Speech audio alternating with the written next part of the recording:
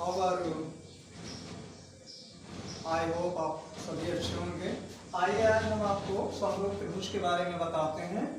इनको कहते हैं सिमिलर ट्रायंगल।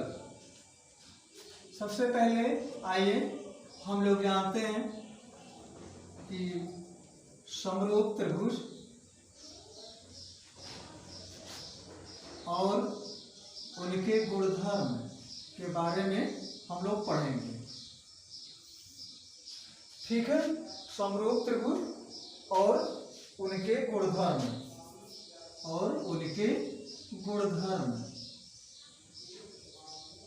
के बारे में हम लोग पढ़ेंगे। आइए देखिए समरूप त्रिभुज क्या है। जैसा कि क्लास 9th में हम लोगों ने पढ़ा है सर्वांशम त्रिभुज, तो उसी प्रकार आपको अब पढ़ना है समरूप त्रिभुज। समरूप त्रिभुज क्या है? ये कोई त्रिभुज आपने ले लिया और ये कोई दूसरा त्रिभुज आपने ले लिया और इसको हम लोगों ने नाम दे दिया ए बी सी और इसको हमने कोई नाम दे दिया डी ई एफ। ठीक है, तो ये आपका जो कोण ए है, कोण ए का संगत कोण क्या होगा? कोण बी। इसी प्रकार कोण बी का संगत कोण क्या है? कोण ई। और कोण सी का संगत कोण क्या है? कोण एफ। तो आइए पहला इनका गुणधर्म क्या है? यानी दो त्रिभुज समरूप होते हैं कब? जब उनके संगत कोण बराबर हो। दो त्रिभुज समरूप होते हैं जब उनके संगत कोण बराबर हो, अर्थात कोण ए बराबर कोण डी, कोण बी बराबर कोण ई और कोण सी बराबर कोण एफ। ये पहला हो गया। अब आइए दूसरा, ए बी की संगत भुजा क्या होगा? डी। बी सी की संगत भुजा ई एफ और ए सी की संगत भुजा क्या होगा? D F. यानी दो त्रिभुज समरूप होते हैं जब उनके संगत कोण बराबर हों और संगत भुजाएं आनुपातिक हों। मतलब A B upon D E equal to B C upon E F equal to A C upon D F. ठीक है, किसी भी दो त्रिभुज में ये दो क्राइटेरियन हम लोग दिखा देते हैं तो ऐसे दोनों त्रिभुज क्या हो जाते हैं? समरूप हो जाते हैं। यानी त्रिभुज ABC ये समरूप का सिंबल है और ये आपका हो जाएगा त्रिभुज DEF। राइट, ठीक है, तो ये आपका हो गया समरूप त्रिभुज के गुणधर्म। तो दो त्रिभुज समरूप होते हैं कब? जब उनके संगत कोण बराबर हो। संगत कोण मतलब कोण ए का संगत कोण क्या है? कोण डी है। कोण बी का संगत कोण कोण ई और कोण सी का संगत कोण कोण एफ। इसी प्रकार कोण ए बी की संगत भुजा डी, कोण बी सी की संगत भुजा ई एफ और ए सी की संगत भुजा डी एफ।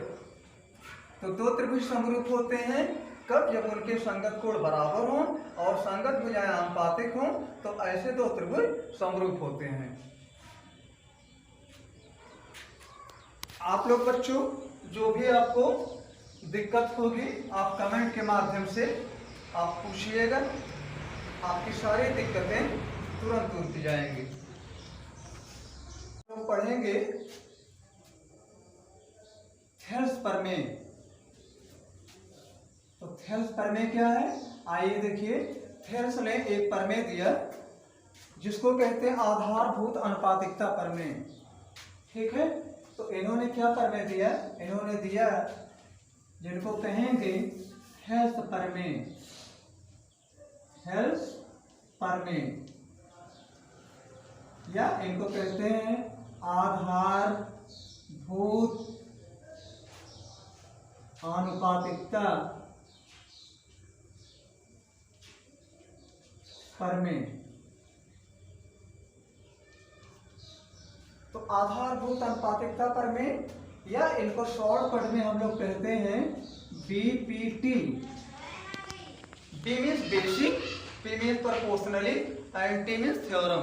इनको कहते हैं बेसिक प्रोपोर्शनली थ्योरम कहते हैं। आइए देखिए थेल्स प्रमेय क्या है। देखिएगा स्टेटमेंट, एक त्रिभुज में एक भुजा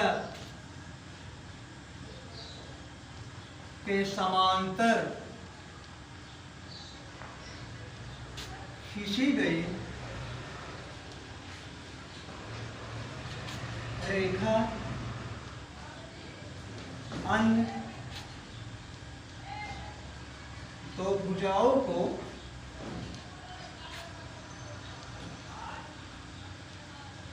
जिन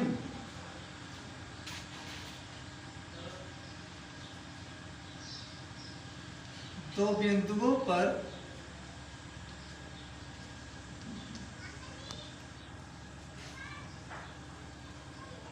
प्रतिच्छेद करती हैं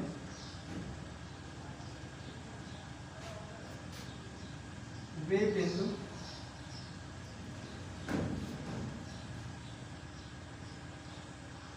भुजाओं को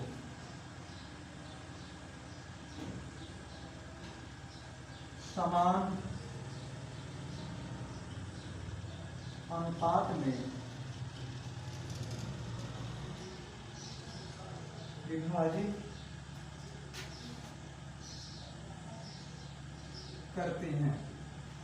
देखिएगा क्या इन्होंने कहा एक त्रिभुज में एक भुजा की समांतर खींची गई रेखा अन्य दो भुजाओं को जिन दो बिंदुओं पर प्रतिच्छेद करती हैं वे बिंदु भुजाओं को समान अनुपात में विभाजित करती हैं। ठीक है, आइए देखिए, बहुत आसान तरीके से हम इसको प्रूव कराएंगे और ध्यान से आप सभी लोग देखिएगा। जहां भी आपको प्रॉब्लम होती है आप कमेंट जरूर करिएगा। अब देखिएगा इन्होंने क्या किया, इन्होंने एक त्रिभुज लिया। क्या लिया? एक त्रिभुज इन्होंने लिया।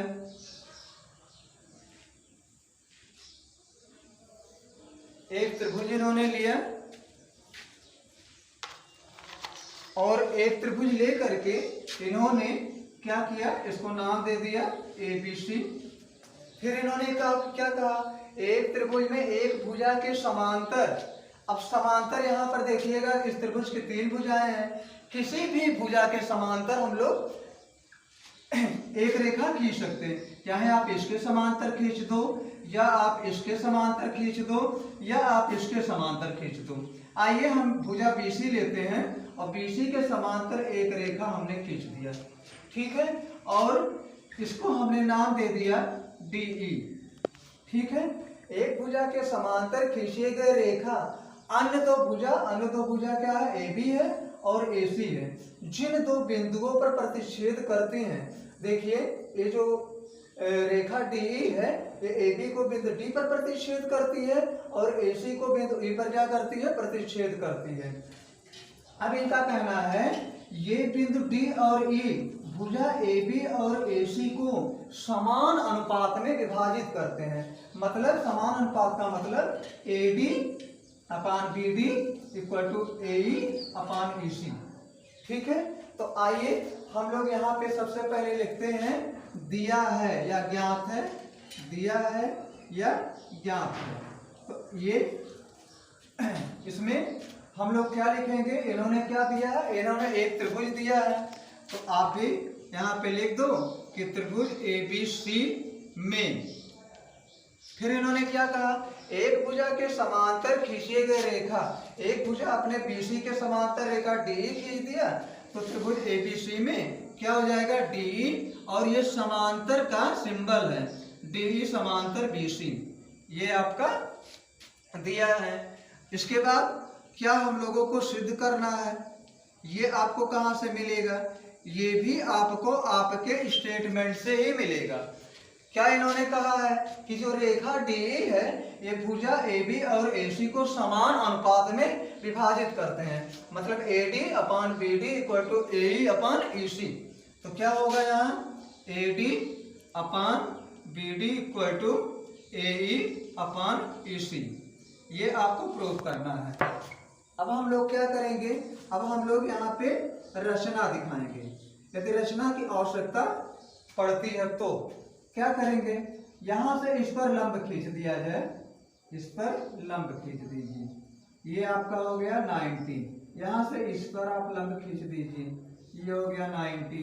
इसको मान लीजिएगा F और इसको मान लीजिएगा G।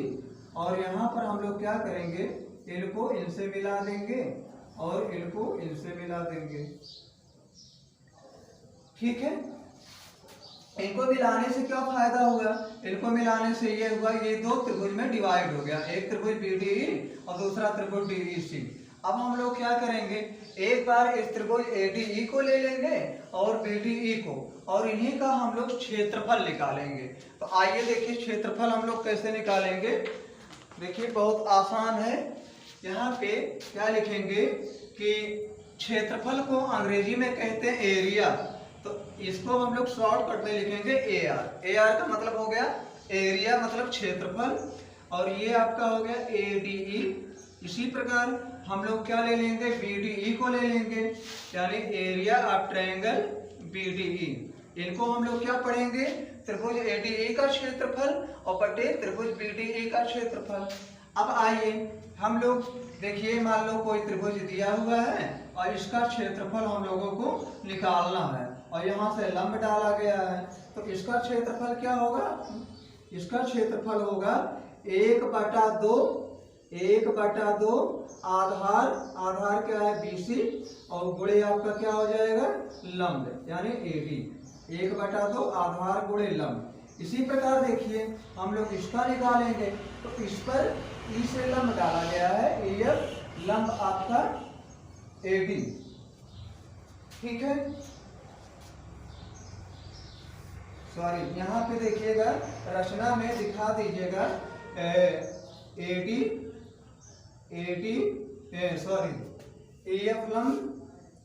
EF लंब AB तथा DG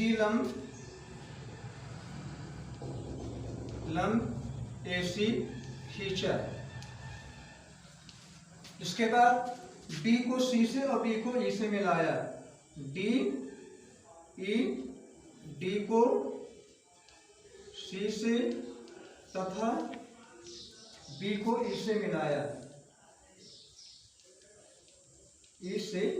मिलाया, ठीक है। अब आइए हम लोग सिद्ध करेंगे। यहाँ पर देखिएगा सिद्ध करना है उत्पत्ति, प्रूफ, जिनको कहते हैं प्रूफ। क्या करेंगे हम लोग, यहाँ पर देखिएगा इसको ले लेंगे ADE को और BDE को ले लेंगे। यहाँ पर क्या हो जाएगा, एरिया ट्रायंगल ADE अपान, और ये आपका होगा एरिया ट्रायंगल BDE।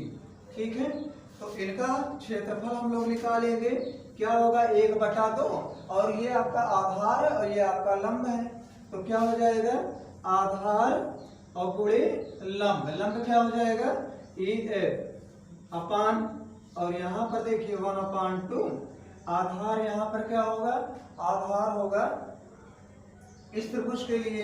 देखिए यहाँ से आपने पूरे पर लंब, आपने यहाँ पे क्या दिखाया EF लंब AB, यानी पूरे पर लंब ड्रॉ किया गया है, तो इस त्रिभुज के लिए भी लंब आपका यही रहेगा।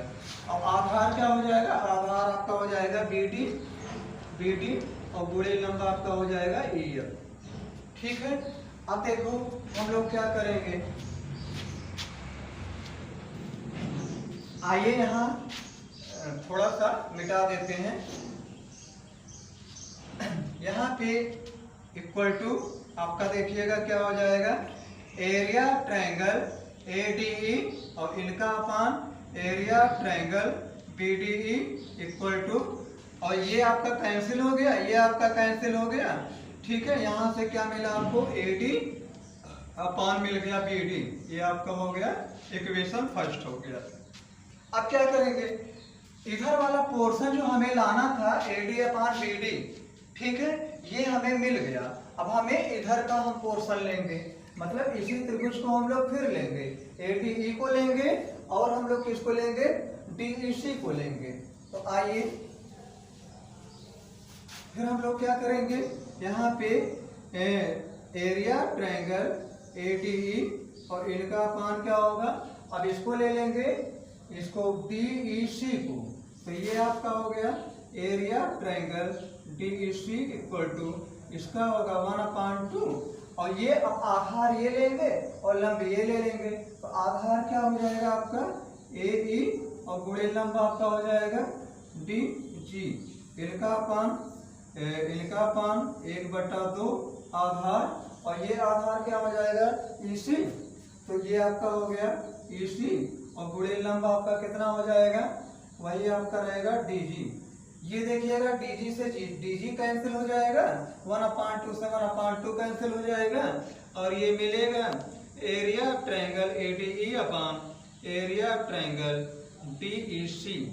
ये आपका हो गया इक्वल टू क्या मिला, AE अपान EC, और ये आपका हो गया इक्वेशन आपका सेकंड हो गया।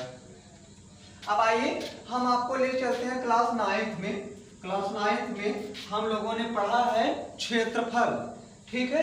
क्षेत्रफल देखिए क्या है, जब दो त्रिभुजों का एक ही आधार हो और दो त्रिभुज समांतर रेखाओं के बीच में बनते हों, तो ऐसे दो त्रिभुज का क्षेत्रफल बराबर होता है।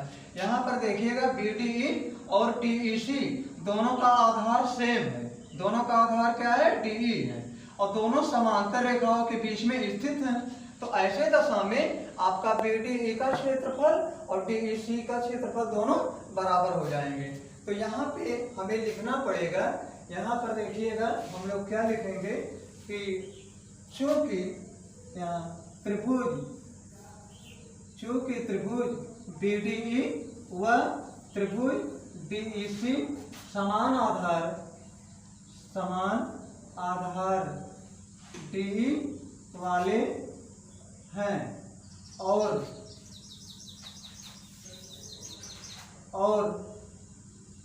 समांतर रेखाओं DE व BC के बीच स्थित है।